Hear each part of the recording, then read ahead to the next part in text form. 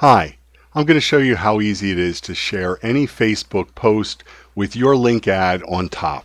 Share to social, in emails, or anywhere. So find the post you want, 3 dots, click that, click on Embed. Copy Embed link, click on your RiteForge Composer browser button.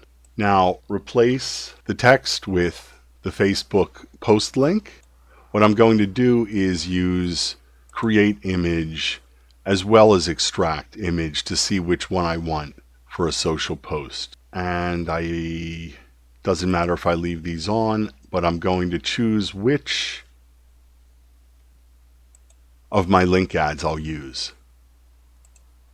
So I've customized my enhance, and in just a couple seconds I've got both images, the created image as well as the image from the original Facebook post.